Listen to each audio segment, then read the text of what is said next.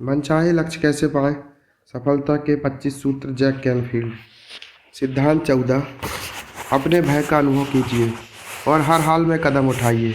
हम इस तरफ बस एक बार आते हैं, या तो हम पंजों के बल जिंदगी से होकर गुजर जाएं और उम्मीद करें कि हम ज़्यादा रगड़ या चोट खाए बिना मृत्यु तक जा पहुंचेंगे, या हम अपने लक्ष्यों को हासिल करते हुए और अपने बेलगाम से बेलगाम सपनों को साकार करते हुए एक पूरमपूर भरी हुई जिंदगी बिताए। Bob Procter. अपने बलबूते पर बने करोड़पति, रेडियो और टेलीविज़न व्यक्तित्व और सफलता शिक्षक। मुझे भी असुरक्षा सताती है, लेकिन जिस बात को लेकर मैं असुरक्षित महसूस करता हूँ, मैं उसकी चीर-फाड़ नहीं करता, लेकिन मैं उसका पीछा करता हूँ और कहता हूँ कि इस बात से मैं डरता हूँ भला। मैं शर्त बच सकता हूँ कि औसत सफल आदमी आपको यह बता सकता है कि जितनी सफलता उन्हें मिली है, उससे अधिक बार वे विफल हुए हैं। मुझे भी जितनी सफलताएं मिली हैं, उससे कहीं ज़्यादा विफलताएं मेरे हिस्से में आई हैं। हर कार्यक्रम के साथ जो मुझे मिला है, 200 ऐसे रहे हैं जो मुझे नहीं मिले। आपको उस चीज़ का पीछा करना पड़ता है जिससे आप डरते हैं। Kevin Sorbo. Hercules the legendary journeys नामक टेलीविज़न श्रृंखला के अभिनेता। जैसे जैसे आप अपने सफ़र पर जहां आप हैं वहां से जहां आप होना चाहते हैं आगे बढ़ते हैं, आपको अपनी आकांक्षाओं और भय का सामना करना पड़ता है। भय स्वाभाविक है। जब आप कोई नया काम शुरू करते हैं, नए उद्यम को हाथ में लेते हैं या खुद को सामने ला खड़ा करते हैं, आमतौर पर भय तो लगता ही है। दुर्भाग्य से अधिकांश लोग भयभीत होकर अपने सपनों को हासिल करने के लिए जरूरी कदमों को उठाने से रुक जाते हैं।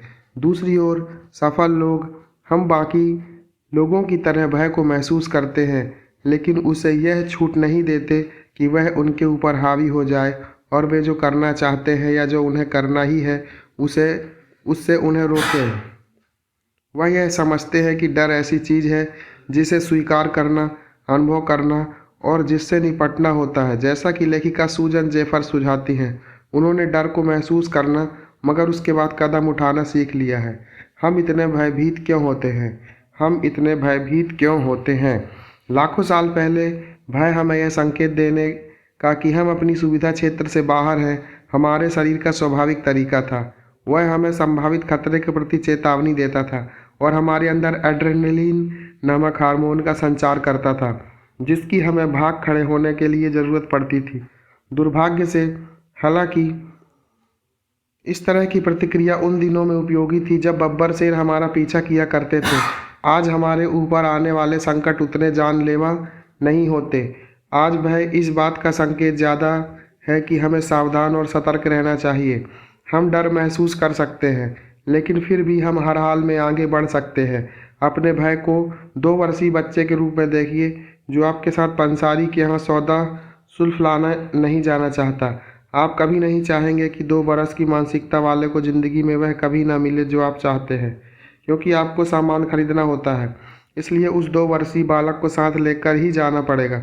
भय भी ऐसा ही होता है। दूसरे शब्दों में, भय के अस्तित्व को स्वीकार करें, लेकिन उसे अपनी ज़रूरी कार्यों के बीच ना आने दें।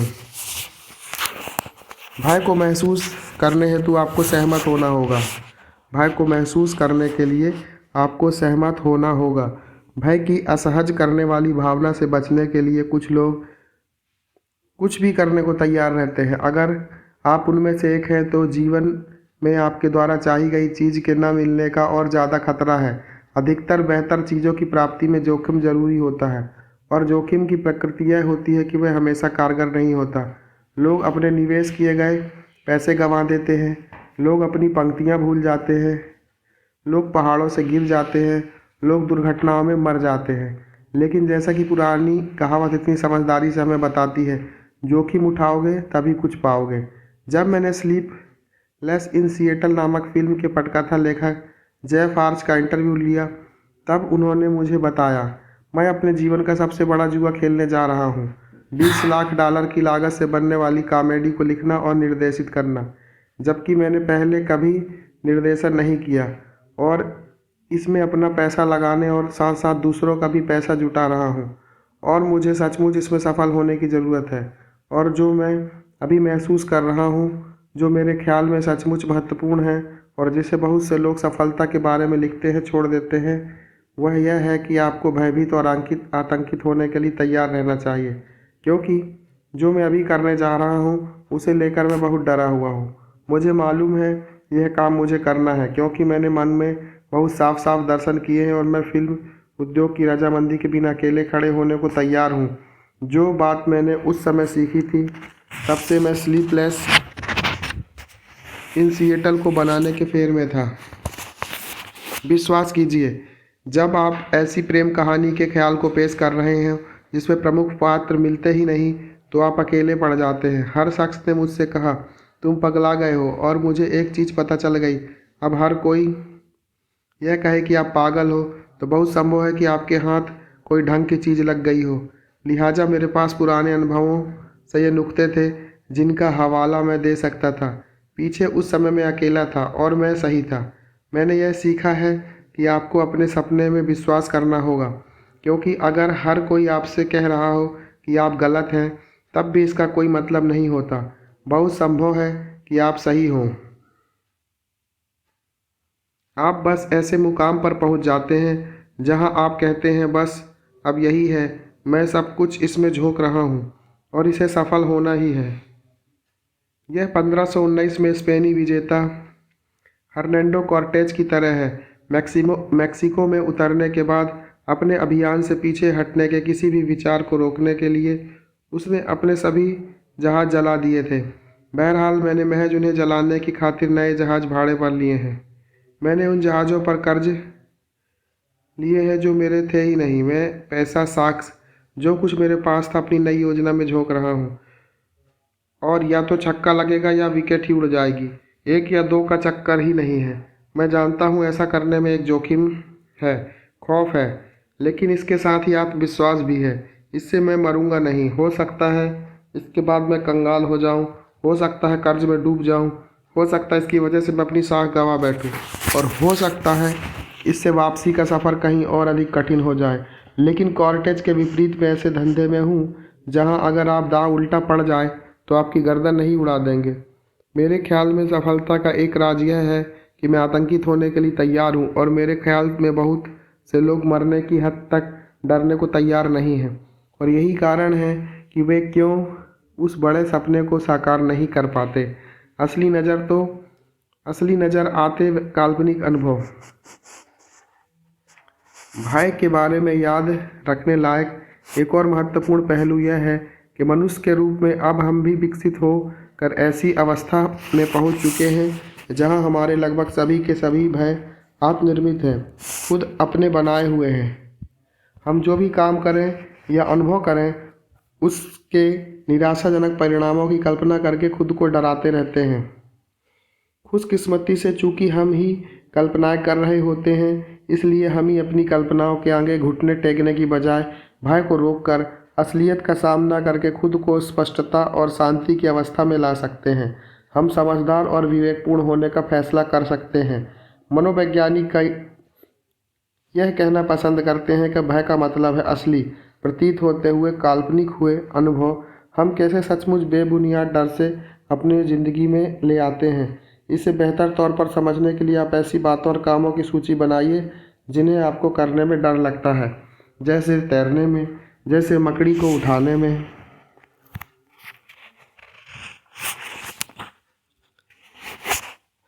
मिसाल के लिए मुझे इनसे डर लगता है अपने बॉस से तरक्की के लिए कहने में, सैली को डेट पर ले जाने के लिए कहने में, स्काई डाइविंग करने के जाने में, अपने बच्चों को दाई के साथ अकेले घर छोड़ने में, इस नौकरी को जिसमें मुझे नफरत है छोड़ने में, दफ्तर से 2 हफ्ते की छुट्टी लेने में, अपने दोस्तों को अपने नए व्यावसायिक उपक्रम को देखने के लिए कहने में, अपने काम का कोई हिस्सा दूसरों को सौंपने से। अब वापस जाइए और भय को फिर से नीचे दिए गए प्रारूप का इस्तेमाल करते हुए कहिए, मैं चाहता हूँ कि, और मैं यह कल्पना करके खुद को डरा देता हूँ कि डैश डैश डैश।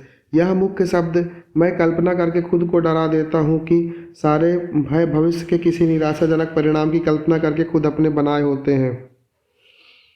ऊपर की सूची में दी गई आशंकाओं में से कुछ को इस्तेमाल करते हुए नया प्रारूप कुछ ऐसा होगा। मैं अपने बॉस से तरक्की के लिए कहना चाहता हूँ और मैं यह कल्पना करके खुद को डरा देता हूँ कि वह ना कह देगा और तरक्की मांगने के लिए मुझसे नाराज़ हो जाएगा। मैं सैली को बाहर घुमा जाने के लिए कहता ना चाहता हूँ और मैं कल्पना करके खुद को डरा देता हूँ कि वह ना कह देगी और मैं शर्मिंदा महसूस करूँगा। मैं स्काई ड्राइविंग से जाने के लिए जाना चाहता हूँ, लेकिन मैं कल्पना करके खुद को डरा देता हूँ कि मेरा पैराशूट ही नहीं खुलेगा और मैं मारा जाऊँगा। मैं अपने बच्चों को घर में दाई के साथ छोड़ कर जाना चाहता हूँ और मैं यह कल्पना करके खुद को डरा देता हूँ कि उसके साथ कुछ भयानक घटित हो जाएगा। मैं अपने सपने को पूरा करने की कोशिश करने के लिए इस नौकरी को छोड़ना चाहता हूँ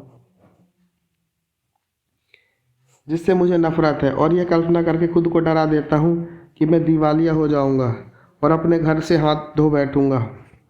मैं अपने दोस्तों से कहना चाहता हूँ कि मेरे नए व्यावसायिक उपक्रम पर नज़र डालें, और मैं यह कल्पना करके खुद को डरा देता हूँ कि वे सोचेंगे उनसे मेरी दिलचस्पी सिर्फ पैसा कमाने में है। क्या आप देख सकते हैं कि आप ही हैं जो डर को पैदा कर रहे हैं? डर से कैसे मुक्त हों? डर से कैसे मुक्त हों? मैंने एक लंबी ज़िंदगी गुजारी है और बहुत सी मुसीबतें रही हैं, जिसमें से अधिकतर कभी घटी ही नहीं। मार्क ट्वेन, सुप्रसिद्ध अमेरिकी लेखक और व्यंग्यकार। अपने भय को सचमुच गायब करने का एक तरीका खुद से यह पूछना है कि आप क्या कल्पित कर रहे हैं और जो आपको भयभीत कर रहा है, और फिर उस छवि को उस सकारात्मक विपरीत दिशा से बदल देना। हाल ही में जब मैं एक भाषण देने के लिए हवाई जहाज़ द्वारा ऑरलैंडो जा रहा था, मैंने गौर किया कि मेरी बगल में बैठी औरत ने मुझे अपनी सीट के हाथों को इतना कसकर पकड़ा हुआ था कि उसकी मुट्ठी ऊपर की तरफ सफ़ेद पड़ रही थी। मैंने अपना परिचय दिया और उसे बताया कि मैं एक प्रशिक्षक था और कहा कि उसके हाथों पर ध्यान दिए बिना नहीं रह सका। मैंने उससे पूछा, आपको क्या डर लग रहा है? हाँ, उसने कहा। क्या आप अपनी आंखें बंद करके मुझे बताएंगी कि आप अपने दिमाग में इस समय कैसे विचारों या छवियों का अनुभव कर रही हैं? अपनी आंखें बंद करने के बाद उसने जवाब दिया, मैं बस यही कल्पना करती हूँ कि हवाई जहाज़ पट्टी पर से उड़ान नहीं भर पाएगा और टकरा जाएगा। अच्छा, अब बताइए आप ऑरलैंडो क्या करने जा रही हैं? मैं वहाँ 4 दिन अपने पोतों के साथ डिज्नी वर्ल्ड में बिताने जा रही हूँ। वाह, डिज्नी वर्ल्ड में आपकी पसंदीदा सवारी कौन सी है? छोटी सी दुनिया वाली। बहुत बढ़िया। क्या आप कल्पना कर सकती हैं कि आप डिज्नी वर्ल्ड की छोटी सी दुनिया वाली सैर पर एक किश्ती पर अपने पोते पोतियों के साथ हैं? हाँ, तो जब आपके पोते पोतियाँ अलग अलग देशों की उन सारी नन्ही नन्ही कठपुतलियों और मूर्तियों को पानी में डूबते उतराते और इधर उधर नाचते देख रहे हैं, तो क्या आपके उनके चेहरों की मुस्कान और हैरतों के भाव दिख रहे हैं? हाँ हाँ, इस जगह पहुंचकर मैं गाने लगा, छोटी सी दुनिया है आखिरकार, छोटी सी दुनिया है आखिरकार। महिला का चेहरा ढीला पड़ गया, उसकी सांसें गहरी हो गई और उसके हाथों ने सीट के हत्थे पर अपनी पकड़ ढीली कर दी। अपने मन मस्तिष्क में अब तक वह डिज्नीलैंड पहुंच गई थी। उसने जहाज के टकराने के हादसे वाले तस्वीर को अपने इच्छित परिणाम की सकारात्मक छवि से बदल दिया था और उसका भय गायब हो गया था। आप यही तरकीब अपनाकर किसी भी डर को जो आप महसूस कर रहे हैं गायब कर सकते हैं। भय जो शारीरिक अनुभूतियाँ कराता है उन्हें बदल दीजिए। भय से राहत दिलाने के एक और तकनीक जो कारगर सिद्ध होती है वह है उन शारीरिक अनुभूतियों पर ध्यान केंद्रित करना जो आप इस समय महसूस कर रहे हों। वे अनुभूतियाँ जिन्हें आप महज भय के रूप में पहचान रहे हों, इसके बाद उन अनुभूतियों पर ध्यान केंद्रित कीजिए जिन्हें आप इसके बदले में महसूस करना चाहेंगे। साहस, आत्मविश्वास, सुकून और खुशी। अपने मन की आंखों से इन 2 अलग अलग प्रभावों को दृढ़ता से बैठा लीजिए, फिर धीरे धीरे दोनों के बीच आइए जाइए, लगभग 15 सेकंड हर एक में बिताते हुए। 1-2 मिनट के बाद भय विलीन हो जाएगा और आप खुद को एक तटस्थ मध्यवर्ती जगह पर पाएंगे। याद कीजिए जब आप भय के सामने विजयी हुए थे। याद कीजिए जब आप भय के सामने विजयी हुए थे। क्या आपने कभी ड्राइविंग बोर्ड से गोता लगाना सीखा है? अगर हाँ, तो शायद आपको उस पहली बार की याद होगी जब आपने ड्राइविंग बोर्ड के किनारे पर जाकर नीचे झांका था। पानी जितना था उससे कहीं अधिक गहरा जान पड़ता था और बोर्ड की ऊंचाई और बोर्ड के ऊपर आपकी आंखों की ऊंचाई को ध्यान में रखें तो शायद वह बहुत बहुत नीचे जान पड़ा होगा। आपको डर लगा था, लेकिन क्या आपने अपनी माँ या पिता या गोता प्रशिक्षक की ओर देखा और कहा, सुनिए मैं इसे अभी करने में बहुत डर रहा हूँ, मेरा ख्याल है मैं जाकर कुछ इलाज करने की कोशिश करूँगा और अगर मैं अपने डर से पीछे छुड़ा सका तो लौट कर फिर कोशिश करूँगा। नहीं, आपने यह नहीं कहा था। आपने डर को महसूस किया, किसी तरह कहीं से साहस जुटाया और पानी में कूद पड़े। आपने डर महसूस किया तो भी आपने कर दिखाया। जब आप पानी की सतह पर आए तो शायद आप पागलों की तरह हाथ पैर मारते हुए तरणताल के किनारे पर गए और आपने कुछ गहरी सांसें ली। कहीं एड्रेनलिन का हल्का सा दौरा महसूस हुआ था, जोखिम से बच निकलने का रोमांच, साथ में हवा से पानी में कूदने की सनसनी। मिनट भर के बाद आपने शायद फिर उसे किया, फिर दोबारा किया, तिबारा किया, इतना जहाँ से उसमें आपको सचमुच मजा आने लगा। जल्दी ही सारा डर काफूर हो गया और आप ताल में बार बार कूदकर दोस्तों को बौछार से भिगोने लगे और हो सकता है गोता मारने का कोई और तरीका सीखने लगे थे। जब आप इस अनुभव को याद कर सकते हैं या पहली बार जब आपने कार चलाई थी या किसी महिला मित्र को पहली बार घुमाने ले जाकर गए थे, तो आपके सामने ज़िंदगी में होने वाली तमाम बातें का एक नमूना है। नए अनुभवों को हमेशा थोड़ा सा डर लगता है, यह स्वाभाविक है, ऐसा ही होता है। लेकिन हर बार जब आप डर महसूस करते हैं और इसके बावजूद वह काम करते हैं, तो आप अपनी क्षमताओं में उतना आत्मविश्वास और खड़ा कर देते हैं। जोखिम को घटा लें, जोखिम को घटा लें। एंटनी रॉबिन्स का कहना है, अगर तुम नहीं कर सकते हो तो तुम्हें करना चाहिए, और अगर तुम्हें करना चाहिए तो तुम कर सकते हो। मैं इससे सहमत हूँ। वही बातें हैं और काम जिन्हें करने में हमें सबसे ज़्यादा डर लगता है, हमें सबसे ज़्यादा मुक्ति और विकास की सूरतें उपलब्ध कराती हैं। अगर कोई डर इतना अधिक हो कि आपको शून्य कर दे, तो जोखिम की मात्रा को घटा लीजिए। छोटी छोटी चुनौतियां स्वीकार कीजिए, धीरे धीरे ऊपर की ओर बढ़िए। अगर आप अपनी पहली नौकरी सामान बेचने की कर रहे हैं, तो उन संभावनाओं और ग्राहकों के पास जाइए जिन्हें आपके ख्याल में माल बेचने में आसानी होगी। अगर आप अपने काम धंधे के पैसे जुटा रहे हैं, तो फ़र्ज और उधार के उन स्रोतों पर पहले ध्यान दीजिए जिनसे आप किसी भी हाल में उधार लेना ना चाहते हो। अगर आप काम पर नई जिम्मेदारियों को अपने ऊपर लेने के बारे में चिंतित हों, तो काम के उन हिस्सों को करने की मांग से शुरू कीजिए जिनमें आपकी दिलचस्पी हो। अगर आप नया खेल सीख रहे हो, तो क्षमता और कौशल के निचले स्तर से शुरू कीजिए। जिन हिकमतों और तरीकों को सीखना आपके लिए ज़रूरी हो, उन पर पहले महारत हासिल कीजिए। अपनी आकांक्षाओं को पार कीजिए और उसके बाद बड़ी चुनौतियों को स्वीकार कीजिए। जब आपका डर दरअसल मानसिक बीमारी हो, कुछ डर इतने ज़बरदस्त होते हैं कि वे आपको वास्तव में सुन्न और बेहरकत कर सकते हैं। अगर आप किसी पूर्व भय से पीड़ित हैं, जैसे हवाई सफ़र का डर या लिफ्ट इस्तेमाल करने का डर, तो वह आपके सफल होने की संभावनाओं को बुरी तरह बाधित कर सकता है। खुशकिस्मती से ज़्यादातर संत्रासों के लिए एक सीधा सरल उपाय मौजूद है। डॉक्टर रोजर कैलाहैन द्वारा विकसित 5 मिनट में संत्रास का इलाज आसानी से सीखा जा सकता है और आप इसे खुद अमल में ला सकते हैं या किसी पेशेवर की मदद ले सकते हैं। मैंने इस जादुई तकनीक के बारे में डॉक्टर कैलाहैन की किताब और वीडियो से सीखा और 15 साल से भी ज़्यादा वक्त से मैं अपनी शिक्षा गोष्ठियों और सफलताओं में आजमाया है। इस तरीके में आपके शरीर के विभिन्न हिस्सों को तरतीबदार ढंग से थपथपाने का सरल लेकिन सही तरीका इस्तेमाल किया जाता है, जिसके दौरान आप उस चीज़ का अनुभव की कल्पना करते हैं जो आपके भीतर भय की प्रतिक्रिया उत्पन्न करता है। यह काफ़ी कुछ कंप्यूटर कार्यक्रम के वायरस जैसा काम करता है, स्थायी रूप से उस प्रोग्राम या घटनाओं के सिलसिले को बाधित करते हुए जो आपके दिमाग में उस चीज़ के पहले दर्शन जिसे आप डरते हैं, जैसे सांप या हवाई जहाज़ के भीतर प्रवेश, और उसकी शारीरिक प्रतिक्रिया जो आप अनुभव करते हैं, जैसे पसीना आना, कांपना, सांस रुकना या घुटनों से लरजना के बीच होती है। मैं ज़मीन जायदाद के दलालों के लिए एक संगोष्ठी का संचालन कर रहा था, तो एक महिला ने बताया कि उन्हें सीढ़ियाँ चढ़ने से डर लगता है। दरअसल उन्होंने इस त्रास को ठीक उसी तरह सुबह महसूस किया था जब वह संगोष्ठी वाले कमरे का रास्ता पूछने पर एक कर्मचारी ने उन्हें इन लंबी चौड़ी सीढ़ियों की तरफ इशारा किया था जो एक विशाल सभागार की तरफ जा रही थी। भाग्य से वहाँ एक लिफ्ट भी थी, लिहाजा वे संगोष्ठी में पहुँच गईं। अगर ना होती तो वे मुड़कर अपनी कार में बैठती और घर चली जाती। उन्होंने स्वीकार किया कि जो मकान बेचे थे उनमें से किसी भी मकान की दूसरी मंजिल पर वे गई ही नहीं। वे बहाना करती थी कि वे पहले ही वहाँ हो आई हैं, पहले से ही पढ़े हुए मकान के ब्यौरे के आधार पर संभावित खरीदार को बताती थी कि दूसरी मंजिल पर क्या कुछ है और फिर उसे खुद जाकर खोजबीन करने के लिए छोड़ देती। मैंने 5 मिनट में भय का इलाज उस पर आजमाया और फिर 100 लोगों की होटल उन्हीं सीढ़ियों पर ले गया जिन्होंने उस महिला को सुबह उस दिन उस वक्त घबरा दिया था। बिना किसी हिचक के, बिना हाफे या कोई और नाटक किए वो 2 बार उन सीढ़ियों पर चढ़ी और उतरी। बस इतना ही सरल है। मारो छलांग। गिलाम अपानियर, प्रसिद्ध फ्रांसीसी कवि।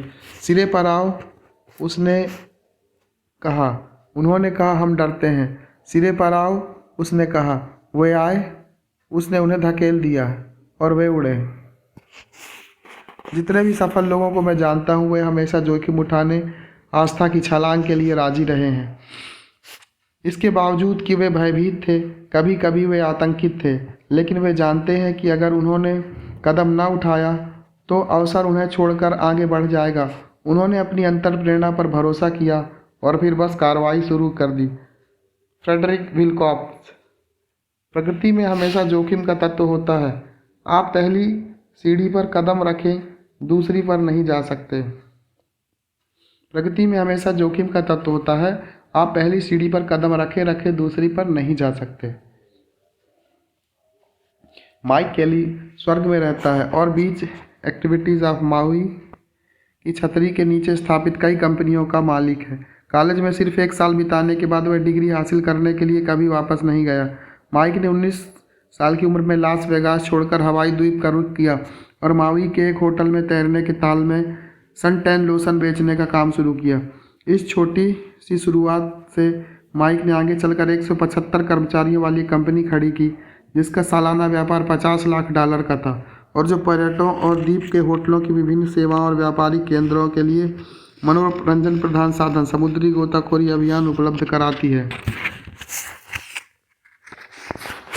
माइक अपनी सफलता का श्रेय इस बात को देता है कि जब जरूरत पड़ी वह छलांग मारने को तैयार रहा।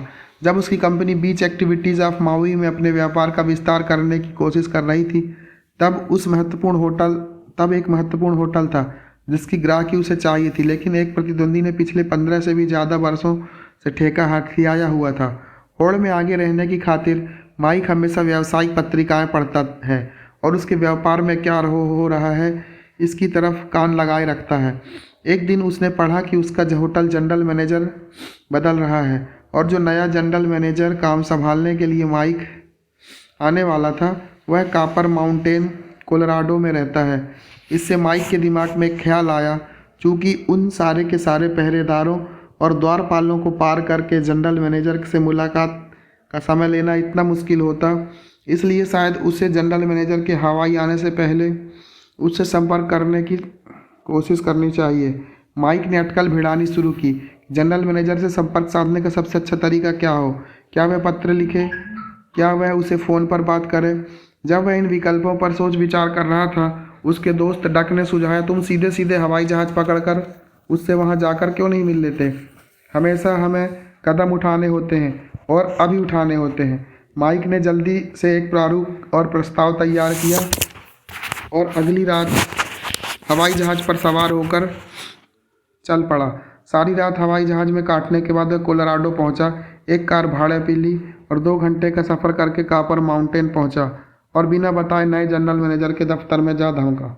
वहां उसे अपना परिचय दिया, उसे उसकी तरक्की पर बधाई दी, उससे कहा कि वह उत्सुकता से उसके माउई में आने का इंतज़ार कर रहा है और फिर उससे अनुरोध किया कि वह थोड़ा सा समय उसे दे ताकि वह अपनी कंपनी के बारे में उसे बता सके और यह भी कि उसकी कंपनी उसके होटल के लिए क्या कर सकती है। माइक को उस पहली मुलाकात में ठेका नहीं मिला, लेकिन इस बात ने कि एक युवक ने अपने और अपनी सेवाओं के बारे में इतना आत्मविश्वास था कि वह एक अंधी छलांग लगाते हुए हवाई जहाज़ में सवार होकर डेनवर तक का लंबा रास्ता तय कर सकता था और इस उम्मीद में कोलोराडो के मध्य तक कार चलाता हुआ पहुंच सकता था कि शायद उसे ठेका मिल जाए। जनरल मैनेजर पर इतना प्रभाव डाला कि जब आखिरकार हवाई पहुंचा तो माइक वह ठेका पाने में सफल हो गया और उसके बाद 15 वर्षों तक माइक को हज़ारों लाखों डॉलर का फ़ायदा करा चुका है। एक छलांग आपकी ज़िंदगी को बदल सकती है। पीटर उबेरात 1984 के ग्रीष्मकालिक ओलंपिक के आयोजक और मेजर लीग बेसबॉल के आयुक्त 1984 से 88। अधिकतर 20% दिया जाता है और 80% लिया जाता है, तो उसे ले लो। करोड़पति डॉक्टर जॉन डी मार्थिनी हर पैमाने से शानदार कामयाबी की मिसाल है। वह एक सुंदर प्रतिभावान महिला, विश्व प्रसिद्ध ज्योतिषी एथीना स्टार वुमेन के पति हैं, जो वोग समेत 24 जानी मानी पत्रिकाओं की सलाहकार हैं और उनके लिए लिखती हैं। दोनों मिलकर ऑस्ट्रेलिया में कई मकानों के मालिक हैं और वे साल में 60 दिन $55 करोड़ के समुद्री जहाज वर्ल्ड ऑफ रेडिजेंस सी पर बने अपने $30 लाख के सुख सुविधा भरे फ्लैट में गुजारते हैं। इस फ्लैट को उन्होंने न्यूयॉर्क शहर के अपने ट्रम्प टावर फ्लैट को बेचकर खरीदा था। 54 प्रशिक्षण कार्यक्रमों और 13 पुस्तकों के लेखक जॉन डी मार्थिनी साल भर दुनिया के अलग अलग हिस्सों में घूमते हैं और आर्थिक सफलता तथा जीवन साधना पर अपने पाठ्यक्रम संचालित करते और व्याख्यान देते हुए बिताते हैं। लेकिन जॉन की शुरुआत अमीर और सफल व्यक्ति के रूप में नहीं थी। जब वे 7 बरस के थे तो पता चला कि वे सीखने की अयोग्यता से पीड़ित हैं और उन्हें बताया गया कि वे कभी समान रूप से लिख पढ़ या अपनी बात दूसरों तक नहीं पहुंचा सकेंगे। 14 साल का होने पर वे स्कूल के बाहर आ गए। टेक्सास के अपने घर को उन्होंने छोड़ दिया था और कैलिफोर्निया के समुद्र तट का रास्ता लिया। 17 साल की उम्र तक पहुँचते पहुँचते वे हवाई द्वीप में थे, ओआहू के मशहूर उत्तरी तट की लहरों में सर्फिंग करते हुए, जहाँ वे स्ट्रिक्नीन के जहर से मरते मरते बचे। स्वस्थ होने के क्रम में वे डॉक्टर पॉल ब्रैग के संपर्क में आए।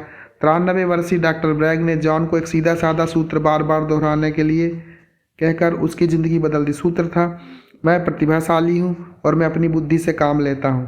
डॉक्टर ब्रैग से प्रेरित होकर जॉन ने कॉलेज में दाखिला लिया, ह्यूस्टन विश्वविद्यालय से BA की डिग्री ली और बाद में टेक्सास कॉलेज ऑफ कायरोप्रैक्टिस से डॉक्टर की डिग्री ली। जब उन्होंने ह्यूस्टन में अपना पहला मेरुदंड के रोगों का दफ्तर खोला, जॉन ने सिर्फ 970 वर्ग फुट की जगह से काम शुरू किया। 9 महीने के भीतर उन्होंने दुगने से भी ज़्यादा बढ़ा लिया और स्वस्थ जीवन पर मुफ्त क्लास भी लेने लगे थे। जब उपस्थिति बढ़ी तो जॉन फिर काम को बढ़ाने के लिए तैयार हो गए। तभी उन्होंने ऐसी छलांग मारी जिससे उनके जीवन को हमेशा के लिए बदल दिया। सोमवार का दिन था। जॉन ने बताया, बगल के जूते की दुकान सप्ताहांत के दौरान खाली हो गई थी। लेक्चर हॉल के लिए कितनी मुनासिब जगह है, जॉन ने सोचा। उन्होंने दुकान को भाड़े पर उठाने वाली कंपनी को फ़ोन किया। जब किसी ने पलटकर उन्हें फ़ोन नहीं किया तो जॉन इस नतीजे पर पहुंचे कि वे जल्दी इस जगह को किराए पर नहीं उठाने वाले, लिहाजा उन्होंने छलांग मारी। मैंने चाबी वाले को बुलाया और उससे वह जगह खुलवाई। जॉन ने कहा, मैंने सोचा ज़्यादा से ज़्यादा वे मुझसे भाड़ा ले लेंगे। उन्होंने जल्दी से उस जगह को एक लेक्चर हॉल में बदल दिया और कुछ ही दिनों के भीतर हर रात वहाँ मुफ्त व्याख्यान देने शुरू किए। क्योंकि वह एक सिनेमा हॉल के ठीक बगल में थी, उन्होंने एक लाउड स्पीकर भी लगा दिए ताकि सिनेमा देखने के लिए आए लोग अपनी कारों तक आते आते उनके व्याख्यान सुन सकें। सैकड़ों इन क्लासों में शामिल होने लगे और आखिरकार उनके मरीज बन गए। जॉन का काम तेज़ी से बढ़ा तो भी तकरीबन 6 महीने बीत गए थे जब उस जायदाद का प्रबंधक खोजबीन करने के लिए आया। तुम्हारे पास काफ़ी हिम्मत और दिलेरी है, प्रबंधक ने कहा। तुम मुझे मेरी याद दिलाते हो। सच तो यह है कि जॉन के साहस से इतना प्रभावित हुआ कि उसने जॉन को 6 महीने का किराया भी माफ़ कर दिया। जिसमें भी वह करने की हिम्मत हो जो तुमने किया है, वह इस काबिल है, उसने जॉन से कहा। बाद में मैनेजर ने जॉन को अपने दफ्तर में आने के लिए कहा, जहां उसने उसके सामने प्रस्ताव रखा कि उसके लिए काम करे। वह उन्हें $2.5 लाख देगा। जॉन ने इस प्रस्ताव को अस्वीकार कर दिया क्योंकि उनके मन में दूसरी योजनाएं थी, लेकिन यह उनके कदम उठाने की हिम्मत की भारी सराहना थी। छलांग लेने के बाद इस फैसले ने जॉन को एक फलती फूलती प्रैक्टिस जमाने में मदद दी, जिसके बाद उन्होंने दूसरे रीढ़ की हड्डी के रोगों के विशेषज्ञों के साथ फुल टाइम सलाहकार बनने के लिए भेज दिया। छलांग लगाने के उस फैसलों ने मेरे लिए एक दरवाज़ा खोल दिया, जॉन ने कहा। अगर मैंने खुद को रोक लिया होता, अगर मैं सतर्क रहा होता, तो मुझे वह मौका न मिलता जिसे मुझे वह ज़िंदगी दी जो आज मैं जी रहा हूँ। अरे सोचना कैसा, बस उसे प्राप्त करो। क्या रे ब्रैडबरी 500 से अधिक साहित्यिक कृतियों की रचयिता। जोखिम में जीना वैसा ही है जैसे कगार में कूदना और नीचे को आते समय अपने पंख उगाना। Jimmy Johnson Dallas cowboys football team के 1992 और 1993 में लगातार 2 सुपर बोल प्रतियोगिताओं में ले जाने वाले कोच। क्या तुम सुरक्षित और ठीक ठाक रहना चाहते हो, या क्या तुम एक जोखिम उठाकर शानदार बनना चाहते हो? जब रिचर्ड पॉल एवंस ने अपनी पहली किताब द क्रिसमस बॉक्स लिखी तो अपनी 2 छोटी बेटियों के लिए उनकी ओर से एक प्यार भरी भेंट थी। बाद में उन्होंने परिवार के सदस्यों और मित्रों के लिए उनकी फ़ोटो कापियाँ तैयार की और जल्दी ही उनकी इस हृदयग्राही कहानी के बारे में चर्चा फैल गई। इस सकारात्मक प्रतिक्रिया को प्रोत्साहित होकर रिक ने किताब के लिए प्रकाशक की तलाश शुरू की। जब किसी ने हामी नहीं भरी तो रिक ने खुद ही उसे प्रकाशित करने का फैसला किया। किताब के प्रचार प्रसार के लिए उन्होंने क्षेत्रीय अमेरिकी पुस्तक विक्रेता संघ के सम्मेलन में एक स्टॉल लिया, जहां वे अन्य गतिविधियों के अलावा प्रदर्शनी के सभागार के एक सिरे पर मशहूर लेखक पुस्तकों पर हस्ताक्षर कर रहे थे। रिक ने गौर किया, बस ये मशहूर लेखक ही प्रेस के आकर्षण का केंद्र बने हुए थे। उन्होंने यह भी गौर किया कि जब जाने माने लेखकों का अगला जत्था अपने तयशुदा वक्त पर पहुंचा तो उनमें से एक लेखक गैरहाजिर था। अपने साहस और अपने सपने के प्रति समर्पण द्वारा अपने भय के दबा दिए जाने के साथ रिक ने छलांग लगाने की सोची। उन्होंने किताबों के 2 डिब्बे उठाए, खाली कुर्सी तक गए और बैठकर किताबों पर हस्ताक्षर करना शुरू कर दिया। उन्होंने मेज पर बैठे देखकर आयोजन की ओर से एक महिला उन्हें वहां से जाने के लिए कहने के लिए उनके पास आई। बिना किसी भय आकांक्षा के रिक की निगाहें ऊपर उठाईं और इससे पहले कि वह कोई महिला कुछ कह पाती उससे कहा, माफ़ कीजिए, मुझे थोड़ी देर हो गई है। स्तंभित होकर उस महिला से महज रिक की तरफ देखा और पूछा, क्या मैं आपके पीने के लिए कुछ ला सकती हूँ? अगले साल जैसे ही उसकी पुस्तक न्यूयॉर्क टाइम्स की बेस्ट सेलर की सूची में पहले स्थान पर पहुंची, एवंस उस पुस्तक मेले में सबसे आगे थे। तब से अब तक द क्रिसमस बॉक्स की 18 भाषाओं में 80 लाख से ज़्यादा प्रतियां बिक चुकी हैं और उस पर CBS ने एक टेलीविज़न फिल्म भी बनाई है, जिसे एमी पुरस्कार भी दिया गया है। जिस पुस्तक को पहले कई प्रकाशकों ने ठुकरा दिया था, उसे अंततः $42 लाख में साइमन एंड शूस्टर नामक प्रकाशक ने खरीद लिया। अपने सपने के लिए सब कुछ दांव पर लगाने के लिए तैयार रहो। Robert F. कैनेडी, पूर्व महाधिवक्ता और अमेरिकी सीनेट के सदस्य। सिर्फ वही जो आलीशान ढंग से नाकाम होने की हिम्मत करते हैं, आलीशान ढंग से सफल हो सकते हैं। 1981 की जनवरी में ज़मीनों के व्यापारी रॉबर्ट एलन ने एक चुनौती स्वीकार की, जिस पर सब कुछ दांव पर लगाकर जो लेखक और संगोष्ठी संचालन के रूप में उसके नए पेशे को या तो बना देगी या बिगाड़ देगी। वह अपनी नई पुस्तक nothing down, how to buy real estate with little और नो मनी डाउन के प्रचार प्रसार के लिए नए तरीकों की खोज कर रहा था। उस विज्ञापन से खींचकर जो उसके प्रकाशक के जन संपर्क विभाग ने तैयार किया था, बॉब ने पाया कि उसके ख्याल में जो बात विज्ञापन में कहनी जरूरी थी वह उसके दिमाग में घुमड़ती चली जा रही थी। हमारे लिए यह दर्शाना जरूरी है कि आदमी कुछ भी रकम फौरन दिए बिना जमीन जायदाद खरीद सकता है। उसके प्रकाशक ने कहा, क्या मतलब है तुम्हारा? बॉब ने कहा, मैं नहीं जानता। तुम मुझे किसी भी शहर में ले चलो, मेरा बटुआ ले लो और मुझे $100 दे दो। मैं एक ज़मीन या मकान खरीद लूँगा। कितना समय लगेगा तुम्हें? पता नहीं, शायद 1 हफ्ता, हो सकता है 3 या 4 दिन या 72 घंटे। क्या तुम ऐसा कर सकते हो? बॉब ने खुद को एक गड्ढे में झांकते पाया।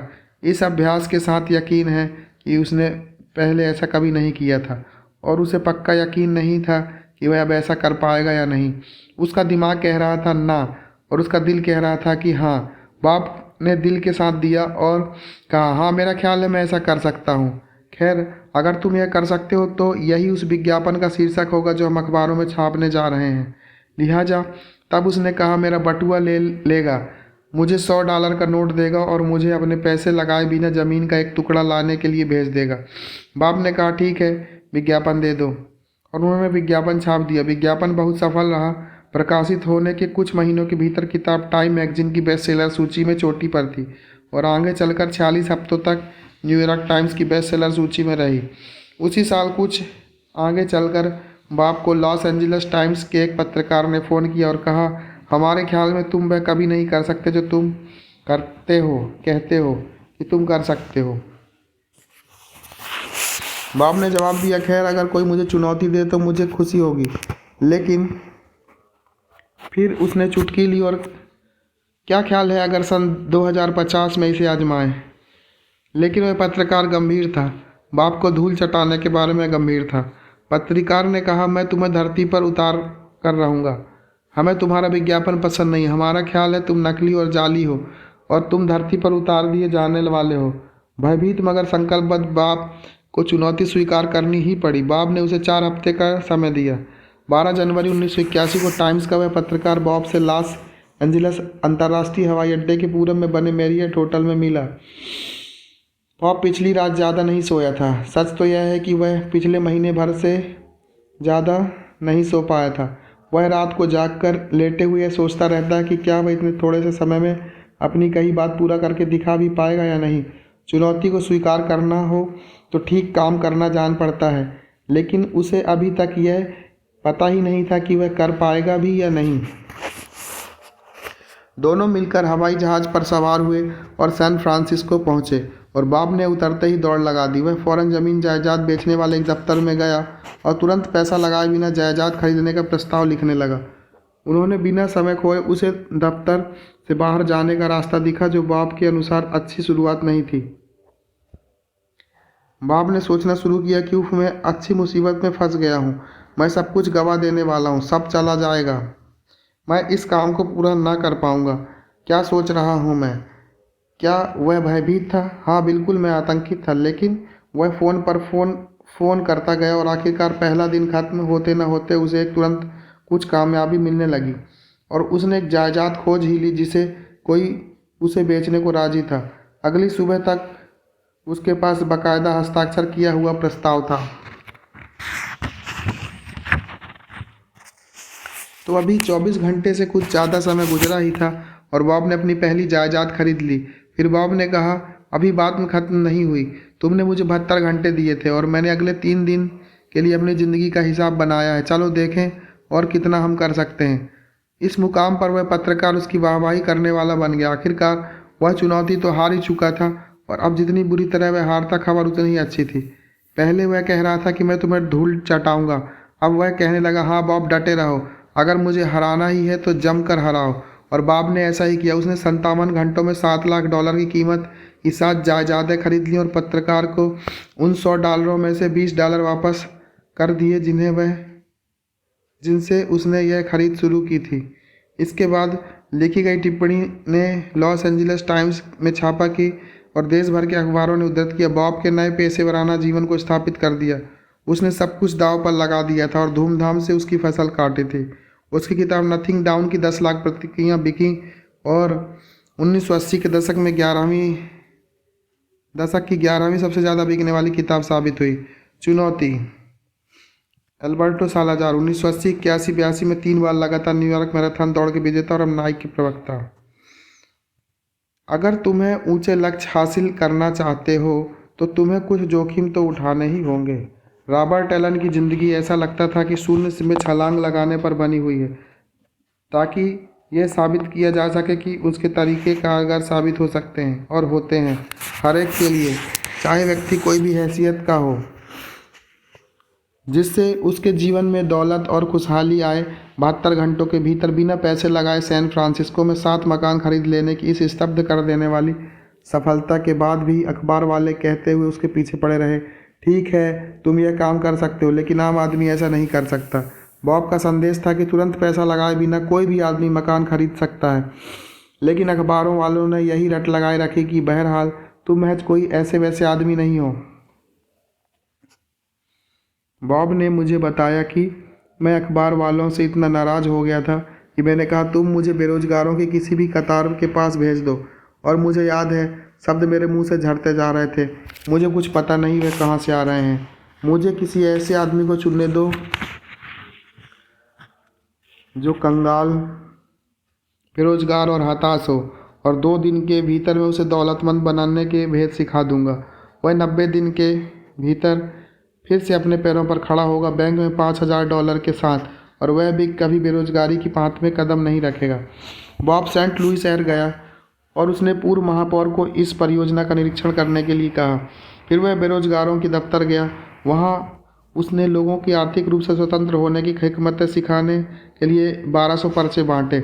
इस उम्मीद में कि कमरा ठसाठस भर जाएगा, उसने 300 कुर्सियाँ लगवाईं लेकिन सिर्फ 50 लोग आए और उसमें से भी आधे तो पहले मौका पाते ही भाग गए। जब उन्हें पता चला कि उसमें कितना काम करने की ज़रूरत पड़ेगी, एक सघन इंटरव्यू की प्रक्रिया के बाद सिर्फ 3 दंपत्ति बचे।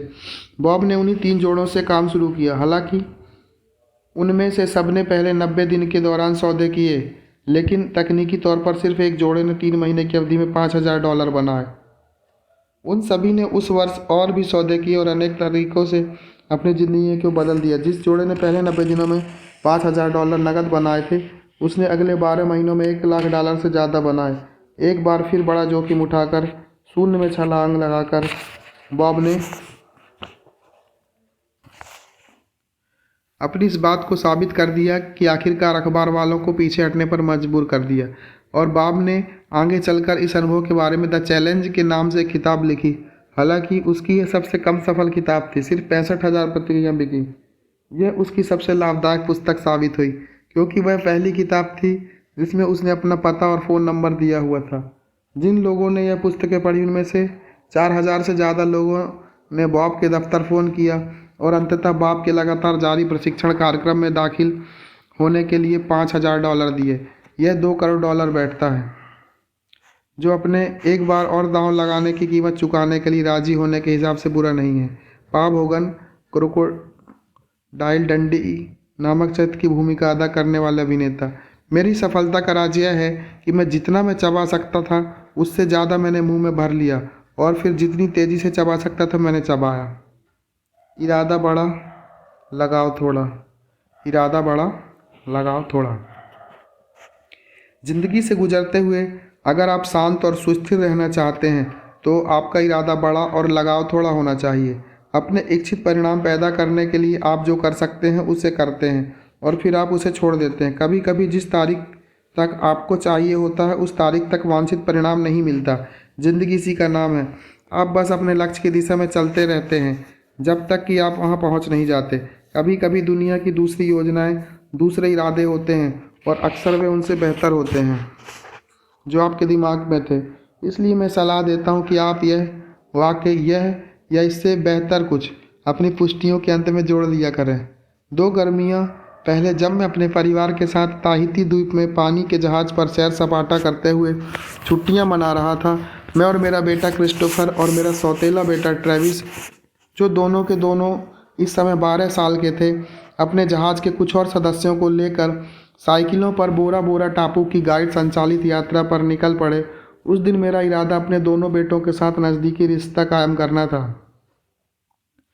हवा उस रोज़ काफ़ी तेज़ी से बह रही थी और वह सैर मुश्किल थी।